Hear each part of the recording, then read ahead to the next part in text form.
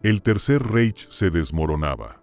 Y sin embargo, en el caos de las últimas horas de Hitler, un hombre afirma haber presenciado lo impensable. Durante décadas, la historia nos contó que Hitler falleció en su búnker. Pero ¿qué pasaría si esa historia fuera solo parcialmente cierta? Ahora, tras años de silencio, un oficial del círculo íntimo de Hitler finalmente habla.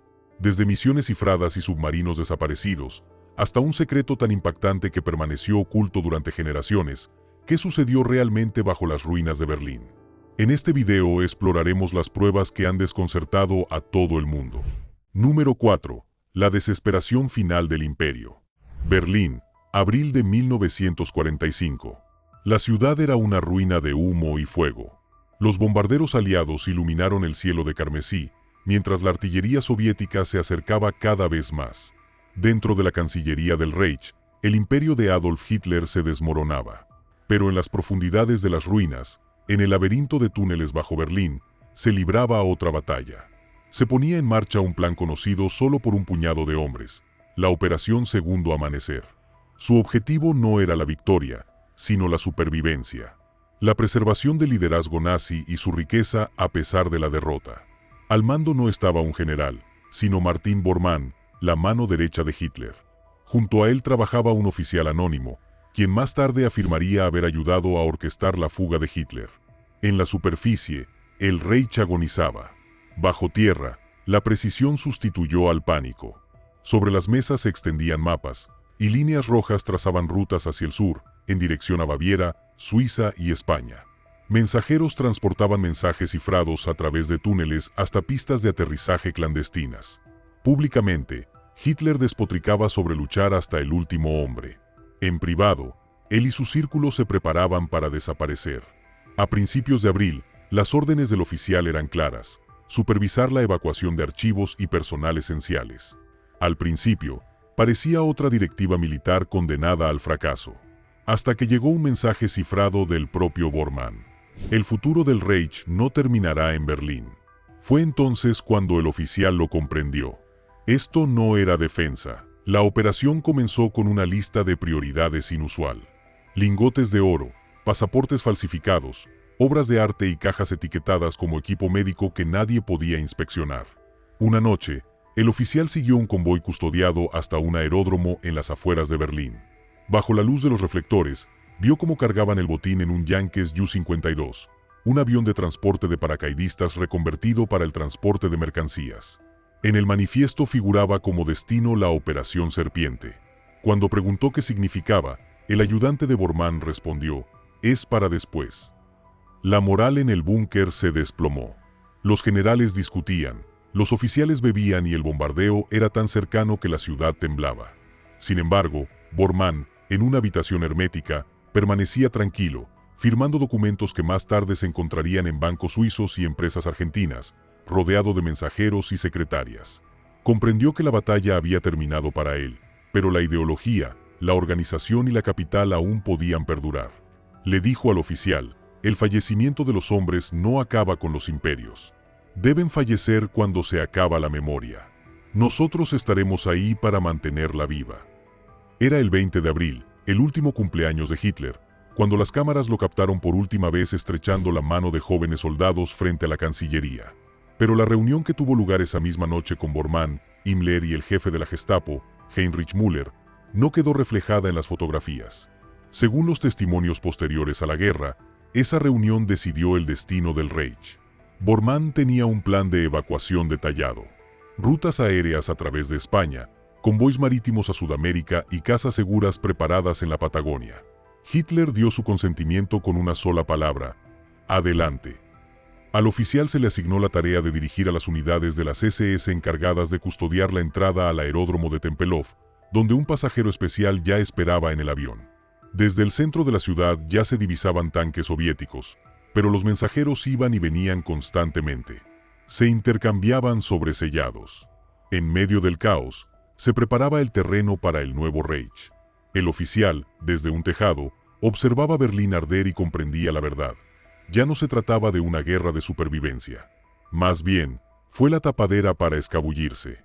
El oficial, años después, relataría aquella noche con sus propias palabras. Aquella semana, el Reich no cayó. Simplemente se trasladó a otro continente. Ignoraba que aquella misión lo convertiría en testigo silencioso de uno de los secretos más oscuros y aterradores de la historia. Número 3. El Imperio Oculto de Bormann. Mucho antes de la caída de Berlín, Martin Bormann ya estaba construyendo lo que los historiadores llamarían más tarde el Reich Invisible. Mientras los generales se obsesionaban con el colapso de los frentes, él trasladó el verdadero campo de batalla de la guerra a los bancos, las empresas y las bóvedas de la Europa neutral. Comprendió lo que pocos entendieron: los ejércitos podían ser destruidos, pero el dinero perduraba. Con suficiente dinero, un imperio podría perdurar eternamente, sin fronteras, uniformes ni banderas. Bormann no era un soldado, sino un estratega envuelto en burocracia. Un administrador discreto que controlaba cada centavo que alimentaba la maquinaria nazi. Ya en 1942, comenzó a consolidar las finanzas del Reich, canalizando fortunas de gigantes industriales como IG Farben, Krupp y Daimler-Benz hacia cuentas secretas. Estas sumas, oro robado, arte saqueado y ganancias de guerra, fluyeron hacia Suiza, España y Portugal a través de empresas pantalla que se hacían pasar por proveedoras de materiales para la reconstrucción de la posguerra. En realidad, constituían los cimientos de un Reich destinado a sobrevivir a la derrota. El oficial de las SS, que más tarde confesó haber ayudado a Hitler a escapar, recordó su primer encuentro con Bormann. No habló de victoria, dijo. Habló de continuidad. En la oficina de Bormann, los mapas no mostraban movimientos de tropas, sino rutas marítimas y corredores financieros. Líneas que unían Berlín con Zúrich, Madrid, Lisboa y Buenos Aires. No se trataba de planes de evacuación. Eran planes para una economía sumergida diseñada para absorber la menguante riqueza del Reich. Mediante una red de banqueros y funcionarios afines, Bormann convirtió millones de Reichsmarks en francos suizos, dólares estadounidenses y pesos argentinos. Los fondos fluyeron hacia fábricas, ranchos y empresas navieras sudamericanas. Información de inteligencia aliada desclasificada confirmó posteriormente que, para 1944, el capital alemán inundaba Argentina a niveles sin precedentes. Un informe de la OSS describía a Buenos Aires como un refugio financiero para la élite nazi. Sin embargo, Bormann no solo sacó dinero, sino también personas. Científicos, ingenieros, oficiales de las SS y especialistas industriales fueron preparados en silencio para ser trasladados. Sus documentos fueron falsificados, sus identidades cambiadas y sus destinos disfrazados de traslados diplomáticos. Su orden era clarísima: conservar el conocimiento, conservar el capital, conservar el poder. La denominó Operación Continuité, continuidad. Incluso cuando los aliados estrechaban el cerco, el poder de Bormann jamás disminuyó. Dentro del búnker, su firma tenía más valor que la de los generales. Decidía quién visitaba a Hitler y qué informes le llegaban. Si Himmler era el puño de hierro del régimen, Bormann era su mano invisible. El Führer dirige la guerra, dijo. Yo dirijo lo que viene después. Lo que vino después fue una red tan compleja que tardaría décadas en desentrañarla. Por otro lado, los registros suizos mostraban miles de depósitos codificados vinculados a empresas fantasma constituidas ya en 1944. Estas empresas, que frecuentemente figuraban con nombres neutrales o sudamericanos, recibían fondos de las mismas cuentas en Berlín, Viena y Praga. El oro del Reichsbank se convertía en lingotes, ocultando su identidad, y luego se exportaba como oro industrial. Las pinturas y objetos robados pasaban a manos de coleccionistas privados, y el dinero volvía a las mismas cuentas secretas. El oficial, riendo, contó después que a principios de 1945, Bormann lo llamó para darle una última orden. No podemos ganar aquí, le dijo Bormann, pero podemos asegurarnos de que el Reich siga vivo en otros lugares. Entregó una carpeta con rutas codificadas y nombres de contactos en España y Argentina. En caso de la caída de Berlín, estos datos serían más importantes que cualquier victoria. Cuando la ciudad finalmente cayó, esas rutas se pusieron en marcha. Barcos partiendo de los puertos españoles, submarinos desapareciendo en el Atlántico Sur y, finalmente, aviones aterrizando en las pistas secretas de la Patagonia. Cada movimiento había sido meticulosamente planeado años atrás, y oculto tras ese imperio había un propósito primordial: preparar el camino para la fuga del Führer. Número 2. Operación Lobo Marino y los submarinos fantasma. Tras la caída del Reich, los océanos fueron su último refugio. Bajo el Atlántico, La Operación Lobo Marino transportaba personas, oro y secretos nazis. A finales de 1944, Bormann y Dönitz prepararon submarinos para cargas especiales. Despojados de armamento, los U-Boats fueron modificados con compartimentos ocultos revestidos de plomo. Oficialmente eran defensa naval, en realidad, rutas de escape. Entre ellos, el U-530 y el U-977 desaparecieron al final de la guerra, ignorando órdenes de rendición. Meses después reaparecieron lejos. El 10 de julio de 1945, el U-530 emergió en Mar del Plata, Argentina. Su tripulación se rindió sin armas ni bitácoras. Su capitán, Otto Bermuth, se negó a responder una pregunta: ¿quiénes estaban a bordo antes de llegar? En agosto apareció el U-977, comandado por Heinz Schäfer. También cruzó el Atlántico en secreto, emergiendo solo de noche. Schäfer alegó que huyeron de Noruega, pero su relato era inverosímil. 66 días sumergidos excedían la autonomía del submarino. Los investigadores sospechaban que ambos ya habían transportado pasajeros y carga a la costa argentina. Pescadores patagónicos reportaron barcos descargando contenedores metálicos con civiles bajo la luna, luego transportados en camiones hacia Bariloche. Nada fue encontrado. Décadas después, un oficial de las SS reveló que el Lobo Marino era un plan de evacuación real autorizado por Bormann y Dönitz. Los submarinos transportaron élite nazi, científicos y un pasajero crucial. Mencionó mensajes cifrados desde Kiel confirmando la salida de los cargamentos. Archivos desclasificados mostraron rastros de radar de submarinos no identificados hacia el sur en mayo de 1945 y transmisiones cerca de Canarias. Investigaciones del U-530 y U-977 confirmaron huecos estructurales para ocultar personas o mercancías, descritos por los capitanes solo como compartimentos de suministros. Nadie explicó la destrucción de registros ni el silencio impuesto a la tripulación. El oficial mencionó un submarino cuyo capitán y pareja zarparon de Canarias a Sudamérica vía España. Al principio no lo sabíamos, declaró, pero luego quedó claro de quién se trataba.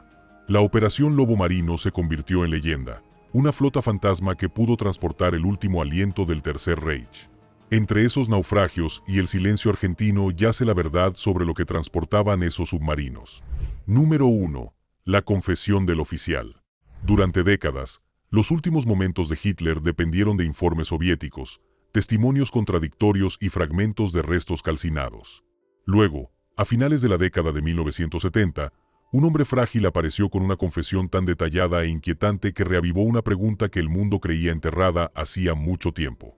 Era un antiguo oficial de logística de las SS, dado por muerto, que vivía bajo un nombre falso en Sudamérica. Sus palabras desmantelarían el mito de la tragedia del búnker. «Yo estuve allí», dijo. «Le ayudé a salir vivo de Berlín». Su descenso al secretismo comenzó a mediados de abril de 1945. El Reich se desmoronaba, pero dentro del Führerbunker se mantenía la disciplina. Una noche, Martin Bormann lo convocó con una orden personal. Su misión era colaborar en la Operación Serpiente, el transporte seguro de un pasajero especial. El oficial aún desconocía su identidad, pero el tono de Bormann dejaba clara la gravedad de la situación. «Esto es por la supervivencia de Alemania», advirtió Bormann. «Fracasa, y la historia terminará contigo».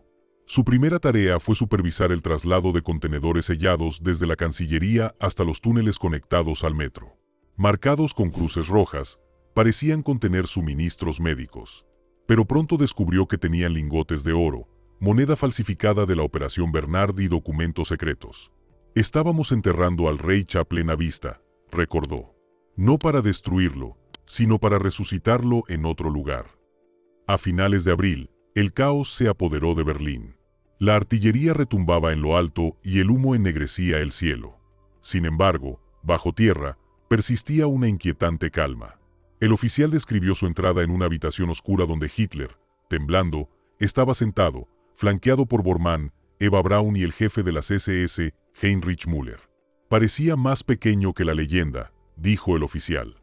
«Un hombre sumido en el silencio, pero aún calculando». Esa noche se confirmó la conspiración. El policía y Müller debían organizar un doble intercambio. Dos cadáveres, preparados para parecerse a Hitler y Eva Braun, serían intercambiados con los soviéticos, simulando sus fallecimientos.